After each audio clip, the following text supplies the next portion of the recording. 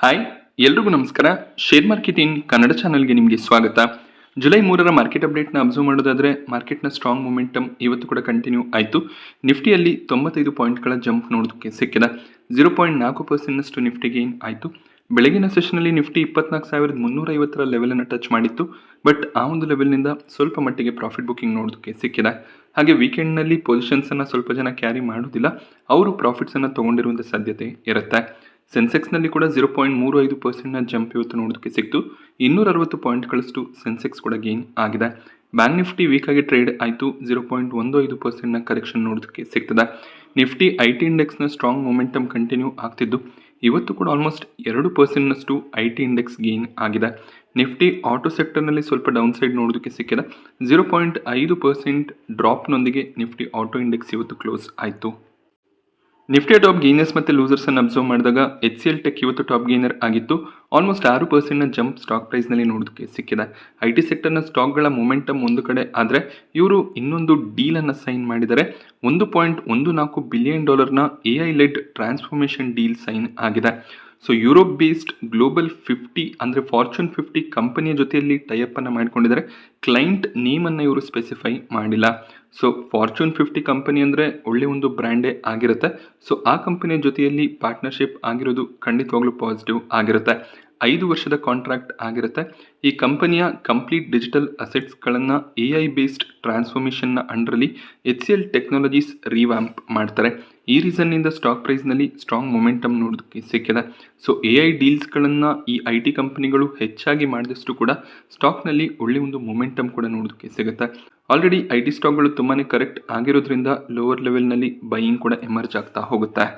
ಹಾಗೆ Max health care ಕೂಡ ಇವತ್ತು 2.5%ನ ಅರೌಂಡಲ್ಲಿ ಗೇನ್ ಆಗಿದೆ. ಅಪೋಲೋ ಹಾಸ್ಪಿಟಲ್ನಲ್ಲಿ ಕೂಡ 2%ನ ಜಂಪ್ ನೋಡೋದಕ್ಕೆ ಸಿಕ್ಕಿದೆ. ಬಜಾಜ್ ಫಿನ್ಸರ್ವ್, ಡಾಕ್ಟರ್ ರೆಡ್ಡಿಸ್ ಲ್ಯಾಬ್ ಕೂಡ 2%ನಷ್ಟು ಗೇನ್ ಆಯಿತು. ಟಾಪ್ ಲೂಸರ್ಸನ್ನು ಅಬ್ಸರ್ವ್ ಮಾಡಿದಾಗ ಆಕ್ಸಿಸ್ ಬ್ಯಾಂಕ್ನಲ್ಲಿ ವೀಕ್ನೆಸ್ ಕಂಟಿನ್ಯೂ ಆಗ್ತಿದ್ದು ಇವತ್ತು ಕೂಡ ಸ್ಟಾಕ್ 1.5%ನಷ್ಟು ಕರೆಕ್ಟ್ ಆಗಿದೆ. M&M ಕೂಡ 1%ಗೂ ಹೆಚ್ಚಾಗಿ ಕರೆಕ್ಟ್ ಆಯಿತು. SBIನಲ್ಲಿ ಕೂಡ 1%ಗೂ ಹೆಚ್ಚಿನ ಕರೆಕ್ಷನ್ ನೋಡೋದಕ್ಕೆ ಸಿಕ್ಕಿದೆ. ಇನ್ನೇನು ಅರ್ನಿಂಗ್ ಸೀಸನ್ ಸ್ಟಾರ್ಟ್ ಆಗುತ್ತೆ. ಬ್ಯಾಂಕ್ಗಳು ಸ್ವಲ್ಪ ಮಟ್ಟಿಗೆ ನೆಟ್ ಇಂಟ್ರೆಸ್ಟ್ ಮಾರ್ಜಿನನ್ನು ಕಡಿಮೆ ತೋರಿಸ್ಬೋದು ಅನ್ನುವಂಥ ರಿಪೋರ್ಟ್ಸ್ ಇದೆ. ಮೇ ಬಿ ಆ ರೀಸನ್ನಿಂದ ಸ್ವಲ್ಪ ಪ್ರಾಫಿಟ್ ಬುಕಿಂಗ್ಸ್ ಬರ್ತಿರ್ಬೋದು.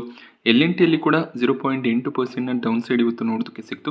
IT ಸೆಕ್ಟರ್ನ ಸ್ಟಾಕ್ಗಳು ಪಾಸಿಟಿವ್ ಆಗಿ ಟ್ರೇಡ್ ಆಗ್ತಿದ್ರು ಕೂಡ ಟೆಕ್ ಮಹೀಂದ್ರ ನೆಗೆಟಿವ್ ಸೈಡ್ನಲ್ಲಿ ಕ್ಲೋಸಿಂಗ್ ಅನ್ನು ಕೊಟ್ಟಿದೆ. ಸೊ IT ಸೆಕ್ಟರ್ನ ಸ್ಟ್ರಾಂಗ್ ಮೊಮೆಂಟಮ್ಗೆ ಮೇಜರ್ ರೀಸನ್ ಇವತ್ತು HCL ಟೆಕ್ ಆಗಿತ್ತು. ಹಾಗೆ ಮಿಡ್ ಕ್ಯಾಪ್ನ ಕೆಲವು ಸ್ಟಾಕ್ಗಳು ಸ್ಟ್ರಾಂಗ್ ಆಗಿ ಪರ್ಫಾರ್ಮ್ ಮಾಡಿದೆ. ಅದಾನಿ ಎಂಟರ್ಪ್ರೈಸಸ್ ಸ್ಟಾಕ್ ಪ್ರೈಸ್ನಲ್ಲಿ ಬೆಳಿಗ್ಗೆ ಸ್ವಲ್ಪ ವೀಕ್ನೆಸ್ ಇತ್ತು. ಅದಾದಮೇಲೆ ಸ್ಟಾಕ್ ರಿಕವರ್ ಆಯಿತು. 1% ಅಪ್ಸೈಡ್ನೊಂದಿಗೆ ಕ್ಲೋಸಿಂಗ್ ನೋಡೋದಕ್ಕೆ ಸಿಕ್ಕಿದೆ. ಅದಾನಿ ಎಂಟರ್ಪ್ರೈಸಸ್ನ QIP ಆಲ್ರೆಡಿ ಓಪನ್ ಆಗಿದೆ. ಸ್ಟ್ರಾಂಗ್ ಡಿಮ್ಯಾಂಡ್ ನೋಡೋದಕ್ಕೆ ಸಿಗ್ತಿರೋದ್ರಿಂದ ಈ ಮುಂಚೆ 10,000 ಕೋಟಿ ಇದ್ದಂಥ ಇಶ್ಯೂ ಸೈಜನ್ನು ಈಗ 15,000 ಕೋಟಿಗೆ ಕಂಪನಿ ಇನ್ಕ್ರೀಸ್ ಮಾಡಿದ್ದಾರೆ. ಸೊ ಈ ಒಂದು QIPನಲ್ಲಿ ಕೇವಲ ಇನ್ಸ್ಟಿಟ್ಯೂಷನ್ಸ್ಗಳು ಪಾರ್ಟಿಸಿಪೇಟ್ ಮಾಡ್ಬೋದಾಗುತ್ತೆ. ರಿಟೇಲ್ ಅಥವಾ HNIಗೆ ಯಾವುದೇ ರೀತಿಯ ಪಾರ್ಟ್ ಇರೋದಿಲ್ಲ. ಸೊ ಅದಾನಿ ಎಂಟರ್ಪ್ರೈಸಸ್ ಈ ಒಂದು QIPಗೆ 3034ರ ಫ್ಲೋರ್ ಪ್ರೈಸನ್ನು ಇಶ್ಯೂ ಮಾಡಿದರು. ಸೊ ಫ್ಲೋರ್ ಪ್ರೈಸ್ಗಿಂತ 5% ಡಿಸ್ಕೌಂಟ್ನಲ್ಲಿ ಇಂಡಿಕೇಟಿವ್ ಪ್ರೈಸನ್ನು ಸೆಟ್ ಮಾಡ್ಬೋದಾಗುತ್ತೆ. ಸೊ ಈಗ ಇಂಡಿಕೇಟಿವ್ ಪ್ರೈಸ್ 2,883 ರೂಪಾಯಿ ಸೆಟ್ ಆಗಿದೆ. ಅಂದರೆ ನಿನ್ನೆ ಏನು ಕ್ಲೋಸಿಂಗ್ ನೋಡೋದಕ್ಕೆ ಸಿಕ್ಕಿತ್ತು ಅದಕ್ಕಿಂತ 9.5% ಡೌನ್ ಸೈಡ್ನಲ್ಲಿ ಪ್ರೈಸ್ ಸೆಟ್ ಆಗಿದೆ. ಆದ್ದರಿಂದ ಇನ್ಸ್ಟಿಟ್ಯೂಷನ್ಸ್ ಸಾಕಷ್ಟು ಬಿಡ್ಡಿಂಗನ್ನು ಮಾಡ್ತಿದ್ದಾರೆ. ಒಳ್ಳೆ ಒಂದು ರೆಸ್ಪಾನ್ಸ್ ಕೂಡ ನೋಡೋದಕ್ಕೆ ಸಿಗ್ತದೆ. So floor price, indicative price, ಎರಡು ರೀತಿಯ ಪ್ರೈಸ್ ನಮಗೆ QIPಗಳಲ್ಲಿ ನೋಡೋದಕ್ಕೆ ಸಿಗುತ್ತೆ. ಕಂಪನಿ QIPಯನ್ನು ಲಾಂಚ್ ಮಾಡಿದಾಗ ಒಂದು ಫ್ಲೋರ್ ಪ್ರೈಸನ್ನು ಸೆಟ್ ಮಾಡ್ತಾರೆ. ಸೊ ಇದೊಂದು ಮಿನಿಮಮ್ ಪ್ರೈಸ್ ಆಗಿರುತ್ತೆ. ಆ ಒಂದು ಪ್ರೈಸ್ ಏನಿರುತ್ತೆ ಅದಕ್ಕಿಂತ 5% ಡೌನ್ ಸೈಡ್ನಲ್ಲಿ ಅವರು ಇಂಡಿಕೇಟಿವ್ ಪ್ರೈಸ್ ಅಥವಾ ಇಶ್ಯೂ ಪ್ರೈಸನ್ನು ಸೆಟ್ ಮಾಡ್ಬೋದಾಗುತ್ತೆ. ಅದೇ ರೀತಿಯಲ್ಲಿ ಅದಾನಿ ಎಂಟರ್ಪ್ರೈಸಸ್ ಮೊದಲು ಫ್ಲೋರ್ ಪ್ರೈಸನ್ನು ಸೆಟ್ ಮಾಡಿದ್ರು. ಅದಕ್ಕೆ 5% ಡಿಸ್ಕೌಂಟನ್ನು ಪ್ರೊವೈಡ್ ಮಾಡಿ QIPಯನ್ನು ಇಶ್ಯೂ ಮಾಡ್ತಿದ್ದಾರೆ. ಇದರಿಂದ 15,000 ಕೋಟಿಯ ಫಂಡ್ ರೈಸಿಂಗ್ ಅದಾನಿ ಎಂಟರ್ಪ್ರೈಸಸ್ನಲ್ಲಿ ಆಗುತ್ತೆ. ಆ ಒಂದು ಫಂಡನ್ನು ಅವರು ಇನ್ನಷ್ಟು ಬಿಸ್ನೆಸ್ ಇಂಪ್ರೂವ್ಮೆಂಟ್ನಲ್ಲಿ ಬಳಸ್ಕೋಬೋದಾಗುತ್ತೆ. ಇದರ ಬದಲಾಗಿ ಅವರು ಈಕ್ವಿಟಿ ಶೇರ್ಸ್ಗಳನ್ನು ಇಶ್ಯೂ ಮಾಡ್ತಾರೆ. Avenue Super Marts, DMart stock ಪ್ರೈಸ್ನಲ್ಲಿ ಇವತ್ತು 5%ನ ಡೌನ್ ಸೈಡ್ ನೋಡೋದಕ್ಕೆ ಸಿಕ್ತು. ಇದಕ್ಕೆ ರೀಸನ್ Q1 ಬಿಸ್ನೆಸ್ ಅಪ್ಡೇಟ್ಸ್ ಆಗಿರುತ್ತೆ. ಸೊ ಮುಂದಿನ ವಾರದಲ್ಲಿ ಡಿಮಾರ್ಟ್ನ ರಿಸಲ್ಟ್ ನೋಡೋದಕ್ಕೆ ಸಿಗುತ್ತೆ. ಬಟ್ ಈಗ ಜಸ್ಟ್ ಬಿಸ್ನೆಸ್ ಅಪ್ಡೇಟ್ಸನ್ನು ಶೇರ್ ಮಾಡಿದ್ದಾರೆ. ಈ ಒಂದು ಕ್ವಾರ್ಟರ್ನಲ್ಲಿ 18,343 ಕೋಟಿಯ ರೆವೆನ್ಯೂ ಡಿಕ್ಲೇರ್ ಆಗಿದೆ. ಇಯರ್ ಆನ್ ಇಯರ್ 15% ಗ್ರೋತನ್ನು ರೆವೆನ್ಯೂನಲ್ಲಿ ತೋರಿಸಿದ್ದಾರೆ. ಬಟ್ ಬ್ರೋಕರೇಜ್ಗಳು ಇನ್ನೂ ಹೆಚ್ಚಿನ ಎಕ್ಸ್ಪೆಕ್ಟೇಷನನ್ನು ಇಟ್ಕೊಂಡಿದ್ರು. ಹಾಗೆ ಈ ಒಂದು ಕ್ವಾರ್ಟರ್ನಲ್ಲಿ ಕೇವಲ 3 ಹೊಸ ಸ್ಟೋರ್ಸ್ ಮಾತ್ರ ಸ್ಟಾರ್ಟ್ ಆಗಿದೆ. ಸೊ ಗೋಲ್ಡ್ಮನ್ ಸ್ಯಾಕ್ಸ್ ಈ ಒಂದು ಅಪ್ಡೇಟ್ನ ನಂತರ ಟಾರ್ಗೆಟನ್ನು ಸ್ವಲ್ಪ ಡೌನ್ಗ್ರೇಡ್ ಮಾಡಿದ್ದಾರೆ. ಸೆಲ್ ರೆಕಮೆಂಡೇಶನ್ ಕೊಟ್ಟು 4,000 ಟಾರ್ಗೆಟ್ ಪ್ರೈಸನ್ನು ಹಾಕ್ಕೊಡ್ತಾ ಇದ್ದಾರೆ. ಮೇಜರ್ ಆಗಿ FMCG ಇನ್ಫ್ಲೇಷನ್ ಹಾಗೆ ರೆವಿನ್ಯೂಸ್ ಎಕ್ಸ್ಪೆಕ್ಟೇಷನ್ ರೀತಿಯಲ್ಲಿ ಬರೆದಿರೋದು ಟಾರ್ಗೆಟ್ ಕಟ್ಗೆ ಕಾರಣ ಆಗಿದೆ. ಹಾಗೆ ಇನ್ನೂ ಹೆಚ್ಚಿನ ಸ್ಟೋರ್ಸ್ ಓಪನ್ ಆಗ್ಬೋದು ಅನ್ನುವಂಥ ಎಕ್ಸ್ಪೆಕ್ಟೇಷನ್ ಇತ್ತು. ಕೇವಲ 3 ಸ್ಟೋರ್ಸ್ ಓಪನ್ ಆಗಿದೆ ಅಂತ ಟಾರ್ಗೆಟ್ಸ್ ಡೌನ್ಗ್ರೇಡ್ ಮಾಡಿದ್ದಾರೆ. ಮೆಕ್ವೆರಿ ಕಡೆಯಿಂದ ಕೂಡ ಅಂಡರ್ ಪರ್ಫಾರ್ಮ್ ರೇಟಿಂಗ್ ನೋಡೋದಕ್ಕೆ ಸಿಗ್ತಿದ್ದು 3,100 ಟಾರ್ಗೆಟ್ ಪ್ರೈಸನ್ನು ಕೊಡ್ತಾ ಇದ್ದಾರೆ. ಡಿಮಾರ್ಟ್ ಈಗ 4,000 ಅರೌಂಡಲ್ಲಿ ಟ್ರೇಡ್ ಆಗ್ತಿದೆ. ಸೊ ಇವರು ಕೂಡ ಅಷ್ಟೇ ಎಕ್ಸ್ಪೆಕ್ಟೇಷನ್ನ ರೀತಿಯಲ್ಲಿ ರೆವಿನ್ಯೂ ಅಪ್ಡೇಟ್ಸ್ ಸೇಲ್ಸ್ ಅಪ್ಡೇಟ್ಸ್ ಬರ್ತಿಲ್ಲ ಅಂತ ಟಾರ್ಗೆಟನ್ನು ಡೌನ್ಗ್ರೇಡ್ ಮಾಡಿದ್ದಾರೆ. ಸೊ ನೋಡಬೇಕಾಗುತ್ತೆ ಯಾವ ರೀತಿಯಲ್ಲಿ ಪ್ರಾಫಿಟ್ಸ್ ಡಿಕ್ಲೇರ್ ಆಗುತ್ತೆ ಅಂತ. ಇಯರ್ ಆನ್ ಇಯರ್ ಕಂಪ್ಯಾರಿಸನೇ ಬೆಟರ್ ಆಗುತ್ತೆ. ನೋಡಬೇಕು ಇಯರ್ ಆನ್ ಇಯರ್ ಪ್ರಾಫಿಟ್ಸ್ ಎಷ್ಟು ಜಂಪ್ ಆಗುತ್ತೆ ಅಂತ. ಹಾಗೆ ರಿಟೇಲ್ ಬಿಸ್ನೆಸ್ನಲ್ಲಿ ಈಗ ಸಾಕಷ್ಟು ಕಾಂಪಿಟೇಷನ್ ಇದೆ. ಮಾರ್ಕೆಟ್ನಲ್ಲಿ ಲಿಸ್ಟ್ ಆಗಿರುವಂಥ ವಿಶಾಲ್ ಮೆಗಾಮಾರ್ಟ್ ಅಷ್ಟೇ ಅಲ್ಲದೆ ಸಾಕಷ್ಟು ಪ್ಲೇಯರ್ಸ್ಗಳು ಯಾರು ಮಾರ್ಕೆಟ್ನಲ್ಲಿ ಲಿಸ್ಟ್ ಆಗಿಲ್ಲ ಅವ್ರ ಕಡೆಯಿಂದ ಕೂಡ ಕಾಂಪಿಟೇಷನ್ ಡಿಮಾರ್ಟ್ಗೆ ಸಿಗ್ತದೆ. ಸೊ ಸಾಕಷ್ಟು ರಿಟೇಲ್ ಸ್ಟೋರ್ಸ್ ಓಪನ್ ಆಗ್ತಿರೋದ್ರಿಂದ ಡಿಮಾರ್ಟ್ ಕೂಡ ಬಿಸ್ನೆಸ್ಸನ್ನು ಅಷ್ಟು ಸ್ಟ್ರಾಂಗ್ ಆಗಿ ಎಕ್ಸ್ಪ್ಯಾಂಡ್ ಮಾಡೋದಕ್ಕೆ ಸಾಧ್ಯ ಆಗ್ತಿಲ್ಲ. ಸೇಲ್ಸ್ ಸ್ಟ್ರಾಂಗ್ ಆಗಿದ್ದರೆ ಹೆಚ್ಚಿನ ಸ್ಟೋರ್ಸ್ಗಳನ್ನು ಓಪನ್ ಮಾಡ್ತಾರೆ. ಎಕ್ಸ್ಪೆಕ್ಟೇಷನ್ ರೀತಿಯಲ್ಲಿ ಸೇಲ್ಸ್ ಬರಲಿಲ್ಲ ಅಂದರೆ ಅವರು ಕೂಡ ಯೋಚನೆ ಮಾಡಿ ಎಕ್ಸ್ಪಾನ್ಷನನ್ನು ಪ್ಲ್ಯಾನ್ ಮಾಡಬೇಕಾಗತ್ತೆ. ಹಾಗೆ ಇರುವಂಥ ಸ್ಟೋರ್ಸ್ಗಳನ್ನು ನಡ್ಸ್ಕೊಂಡು ಹೋಗೋದು ಕೂಡ ಚಾಲೆಂಜ್ ಆಗ್ಬೋದು. ಆ ರೀಸನ್ನಿಂದ ಸ್ವಲ್ಪ ಮಟ್ಟಿಗೆ ಬಿಸ್ನೆಸ್ನಲ್ಲಿ ಪ್ರಾಬ್ಲಮ್ಸ್ ಕಾಣಿಸ್ತಿದೆ. ಇವತ್ತು ಪವರ್ ಇಕ್ವಿಪ್ಮೆಂಟ್ ಮ್ಯಾನುಫ್ಯಾಕ್ಚರರ್ ಸ್ಟಾಕ್ಗಳಲ್ಲಿ ಸಾಕಷ್ಟು ವೀಕ್ನೆಸ್ ನೋಡೋದಕ್ಕೆ ಸಿಕ್ತು. CG power, Hitachi energy, GE ವರ್ನೋವಾ ಹಾಗೆ PSU ಸೆಕ್ಟರ್ನ ಕಂಪನಿ BHEL ಎಲ್ಲ ಸ್ಟಾಕ್ಗಳಲ್ಲಿ 6-8% ಕರೆಕ್ಷನ್ ನೋಡೋದಕ್ಕೆ ಸಿಕ್ಕಿದೆ. ಇದಕ್ಕೆ ರೀಸನ್ ಗೌರ್ಮೆಂಟ್ನ ಒಂದು ಡಿಸಿಷನ್ ಆಗಿರುತ್ತೆ. ಸೊ ಗೌರ್ಮೆಂಟ್ ಏನು ಪವರ್ ಪ್ರಾಜೆಕ್ಟ್ಸ್ಗಳನ್ನು ಮಾಡಬೇಕು ಅಂತ ಇದ್ದಾರೆ, ಅದಕ್ಕೆ ಇಕ್ವಿಪ್ಮೆಂಟ್ಗಳನ್ನು ಸಪ್ಲೈ ಮಾಡೋದಕ್ಕೆ ಚೈನಾದ 4 ಕಂಪನಿಗಳಿಗೆ ಪರ್ಮಿಷನನ್ನು ಕೊಟ್ಟಿದ್ದಾರೆ.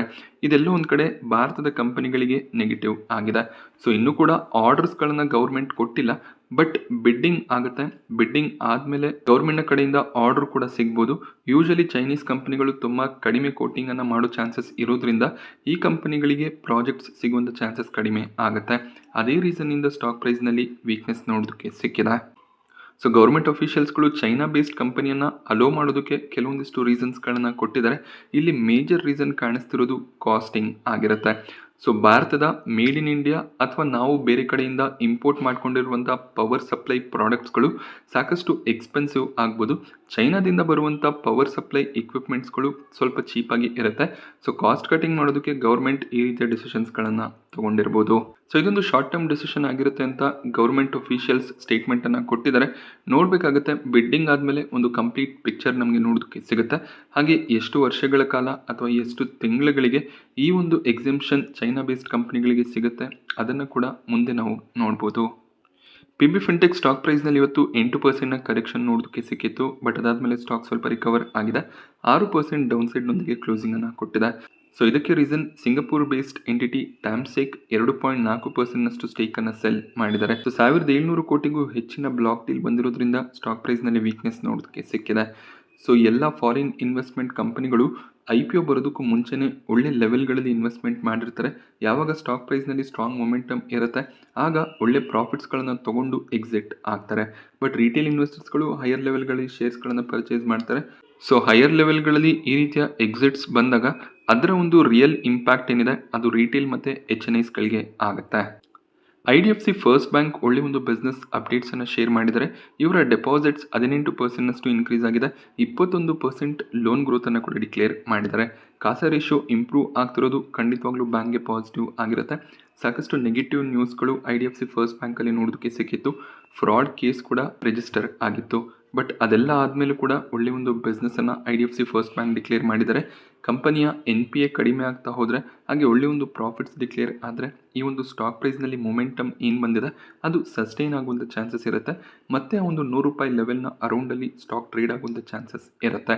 ಅದಕ್ಕೆ ಮೇಯ್ನಾಗಿ NPA ಕಡಿಮೆ ಆಗಬೇಕು, ಹಾಗೆ ಪ್ರಾಫಿಟ್ಸ್ ಸ್ಟ್ರಾಂಗ್ ಆಗಿ ಇನ್ಕ್ರೀಸ್ ಆಗಬೇಕಾಗುತ್ತೆ. ಹಾಗೆ ಪ್ರೊವಿಷನ್ಸ್ಗಳನ್ನು ಬ್ಯಾಂಕ್ ಕಡಿಮೆ ಮಾಡಿದ್ರೂ ಕೂಡ ಸ್ಟಾಕ್ನಲ್ಲಿ ಮೊಮೆಂಟಮ್ ಬರುತ್ತೆ. ಎಂಟಾರ್ ಟೆಕ್ನಾಲಜೀಸ್ ಈ ಒಂದು ಕಂಪನಿಯ ಸ್ಟಾಕ್ ಪ್ರೈಸ್ನಲ್ಲಿ ತುಂಬಾ ಮೊಮೆಂಟಮ್ ಇತ್ತು. ಬಟ್ ಈಗ ಸ್ವಲ್ಪ ಮಟ್ಟಿಗೆ ಪ್ರಾಫಿಟ್ ಬುಕಿಂಗ್ ಕಾಣಿಸ್ತಿದೆ. ಇವತ್ತು ಸ್ಟಾಕ್ ಆಲ್ಮೋಸ್ಟ್ 5% ಡೌನ್ ಆಯಿತು. ಇದಕ್ಕೆ ನೋಡೋದಕ್ಕೆ ಸಿಗ್ತಿರುವಂಥ ಒಂದು ರೀಸನ್ DSC ಮೀಟಿಂಗ್ ಆಗಿರುತ್ತೆ. ಡಿಫೆನ್ಸ್ ಅಕ್ವಿಸಿಷನ್ ಕೌನ್ಸಿಲ್ 1 ಲಕ್ಷ ಕೋಟಿಯ ಡಿಫೆನ್ಸ್ ಪ್ರಾಡಕ್ಟ್ಸ್ಗಳಿಗೆ ಅಪ್ರೂವಲ್ ಕೊಡ್ಬೋದು ಅನ್ನುವಂಥ ಒಂದು ಎಕ್ಸ್ಪೆಕ್ಟೇಷನ್ ಇತ್ತು. ಬಟ್ 52,000 ಕೋಟಿಯ ಡಿಫೆನ್ಸ್ ಅಕ್ವಿಸಿಷನ್ಗೆ ಅಪ್ರೂವಲ್ ಸಿಕ್ಕಿದೆ. ಸೊ ಮೇ ಬಿ ಎಂಟಾರ್ ಹೆಚ್ಚಿನ ಒಂದು ಎಕ್ಸ್ಪೆಕ್ಟೇಷನನ್ನು ಇಟ್ಕೊಂಡಿರ್ಬೋದು. ಅದು ಎಲ್ಲೋ ಒಂದು ಕಡೆ ಸಿಗದೇ ಇರೋ ರೀಸನ್ನಿಂದ ಎಂಟಾರ್ನಲ್ಲಿ ಸ್ವಲ್ಪ ವೀಕ್ನೆಸ್ ಬಂದಿರುವಂಥ ಚಾನ್ಸಸ್ ಇರುತ್ತೆ. ವೀಕ್ನೆಸ್ಗಿಂತ ಹೆಚ್ಚಾಗಿ ಒಂದು ಪ್ರಾಫಿಟ್ ಬುಕ್ಕಿಂಗ್ ಅಂತ ಹೇಳ್ಬೋದಾಗುತ್ತೆ. ಸೊ ಯಾವಾಗ ಸ್ಟಾಕ್ನಲ್ಲಿ ತುಂಬಾ ಮೊಮೆಂಟಮ್ ಇರುತ್ತೆ, ಹೈಯರ್ ಲೆವೆಲ್ಗಳಲ್ಲಿ ಪ್ರಾಫಿಟ್ ಬುಕ್ಕಿಂಗ್ ಬಂದೇ ಬರುತ್ತೆ, ಆಗ ಈ ರೀತಿಯ ಸಿಚುವೇಶನ್ಸ್ ನೋಡೋದಕ್ಕೆ ಸಿಗುತ್ತೆ. ಮಣಪ್ಪುರಂ ಫಿನಾನ್ಸ್ ಸ್ಟಾಕ್ ಪ್ರೈಸ್ನಲ್ಲಿ ಒಳ್ಳೆ ಒಂದು ಮೊಮೆಂಟಮ್ ಇವತ್ತು ನೋಡೋದಕ್ಕೆ ಸಿಕ್ತು. ಗೋಲ್ಡ್ ಸಿಲ್ವರ್ ಪ್ರೈಸಸ್ನಲ್ಲಿ ಸಾಕಷ್ಟು ವೀಕ್ನೆಸ್ ಬಂದಿತ್ತು, ಬಟ್ ಇವತ್ತು ಒಳ್ಳೆ ಒಂದು ರ್ಯಾಲಿ ಗೋಲ್ಡ್ ಮತ್ತು ಸಿಲ್ವರ್ ಪ್ರೈಸ್ನಲ್ಲಿ ನೋಡೋದಕ್ಕೆ ಸಿಕ್ಕಿದೆ. ಸೊ ಗೋಲ್ಡ್ ಪ್ರೈಸಸ್ ಜಂಪ್ ಆಗ್ತದೆ ಅಂದರೆ ಮುತ್ತೂಟ್ ಮಣಪ್ಪುರಂ ಸ್ಟಾಕ್ಸ್ ಕೂಡ ಸ್ಟ್ರಾಂಗ್ ಆಗಿ ಗೇನ್ ಆಗುತ್ತೆ. ಬಟ್ ಇವತ್ತು ಮಾರ್ಕೆಟ್ ಅವರ್ಸ್ನ ನಂತರ ಒಂದು ನೆಗೆಟಿವ್ ನ್ಯೂಸ್ ನೋಡೋದಕ್ಕೆ ಸಿಕ್ಕಿದೆ. ಮಣಪ್ಪುರಂ ಫಿನಾನ್ಸ್ನ CEO ತಮ್ಮ ಪೊಸಿಷನ್ಗೆ ರೆಸಿಗ್ನೇಷನನ್ನು ಕೊಟ್ಟಿದ್ದಾರೆ. ಬೇರೆ ಒಂದು ಆಪರ್ಚುನಿಟಿ ಸಿಕ್ಕಿರೋದ್ರಿಂದ ಇಲ್ಲಿಂದ ಅವರು ಎಕ್ಸಿಟ್ ಆಗ್ತಿದ್ದಾರೆ. ಮೇ ಬಿ ಈ ಒಂದು ನ್ಯೂಸ್ಗೆ ಸೋಮವಾರ ಮಣಪ್ಪುರಂ ಫಿನಾನ್ಸ್ ರಿಯಾಕ್ಟ್ ಮಾಡ್ಬೋದು. IPOಗಳ ವಿಚಾರಕ್ಕೆ ಬಂದಾಗ ಆಸ್ತಾಸ್ ಫಿನ್ಟೆಕ್ಸ್ನಲ್ಲಿ ಗ್ರೇ ಮಾರ್ಕೆಟ್ ಪ್ರೀಮಿಯಂ ₹4 ಇದೆ. ಸೋಮವಾರ ಈ ಒಂದು ಕಂಪನಿ ಮಾರ್ಕೆಟ್ನಲ್ಲಿ ಲಿಸ್ಟ್ ಆಗುತ್ತೆ. ಒಂದು ಫ್ಲಾಟ್ ಲಿಸ್ಟಿಂಗ್ನ ಎಕ್ಸ್ಪೆಕ್ಟೇಷನ್ ಇರುತ್ತೆ. ಹಾಗೆ ನ್ಯಾಕ್ ಪ್ಯಾಕೇಜಿಂಗ್ನ ಕೊನೆ ದಿನದ ಸಬ್ಸ್ಕ್ರಿಪ್ಷನ್ ಇವತ್ತು ಎಂಡ್ ಆಯಿತು. ಎಕ್ಸ್ಪೆಕ್ಟೇಷನ್ಗಿಂತ ಸ್ಟ್ರಾಂಗ್ ಸಬ್ಸ್ಕ್ರಿಪ್ಷನ್ ಬರ್ತಿದೆ. QIB ಕ್ಯಾಟಗರಿ 20-25 ಟೈಮ್ ಸಬ್ಸ್ಕ್ರೈಬ್ ಆಗ್ಬೋದು ಅನ್ನುವಂಥ ಒಂದು ಎಕ್ಸ್ಪೆಕ್ಟೇಷನ್ ಇತ್ತು, ಬಟ್ 160 ಟೈಮ್ನ ಸಬ್ಸ್ಕ್ರಿಪ್ಷನ್ ಕಾಣಿಸ್ತಿದೆ. HNI ಕ್ಯಾಟಗರಿ ಕೂಡ 146 ಟೈಮ್ ಸಬ್ಸ್ಕ್ರೈಬ್ ಆಗಿದೆ. ರಿಟೇಲ್ ಕ್ಯಾಟಗರಿಯಲ್ಲಿ ಕೂಡ 21 ಟೈಮ್ನ ಸಬ್ಸ್ಕ್ರಿಪ್ಷನ್ ನೋಡೋದಕ್ಕೆ ಸಿಕ್ತು. ಗ್ರೇ ಮಾರ್ಕೆಟ್ ಪ್ರೀಮಿಯಂ ಸ್ಟ್ರಾಂಗ್ ಆಗಿ ಇದೆ. ₹2,400ವರೆಗೂ ಪ್ರಾಫಿಟ್ನ ಎಕ್ಸ್ಪೆಕ್ಟೇಷನ್ ಪ್ರತಿ ಲಾಟ್ನ ಮೇಲೆ ಇರುತ್ತೆ. QIB ಸ್ಟ್ರಾಂಗ್ ಸಬ್ಸ್ಕ್ರಿಪ್ಷನ್ ಮಾಡ್ಕೊಂಡಿರೋದ್ರಿಂದ ಒಳ್ಳೆ ಲಿಸ್ಟಿಂಗ್ನ ಎಕ್ಸ್ಪೆಕ್ಟೇಷನ್ ಕೂಡ ಇರುತ್ತೆ, ಬಟ್ ಅಲಾಟ್ಮೆಂಟ್ನ ಚಾನ್ಸ್ ಕಡಿಮೆ ಇದೆ. ನಾನಿವತ್ತು ನಿಮಗೆ ಮಾರ್ಕೆಟ್ನ ಬಗ್ಗೆ ತಿಳಿಸ್ಕೊಟ್ಟಂಥ ಇನ್ಫಾರ್ಮೇಷನ್ ಇಷ್ಟ ಆದರೆ ವೀಡಿಯೋನ ಲೈಕ್ ಮಾಡಿ. ಹಾಗೆ ಇದೇ ರೀತಿಯ ಮಾರ್ಕೆಟ್ ಅಪ್ಡೇಟ್ಸ್ಗಳಿಗೆ ಚಾನಲ್ನ ಸಬ್ಸ್ಕ್ರೈಬ್ ಮಾಡ್ಕೊಳ್ಳಿ. Thank you friends.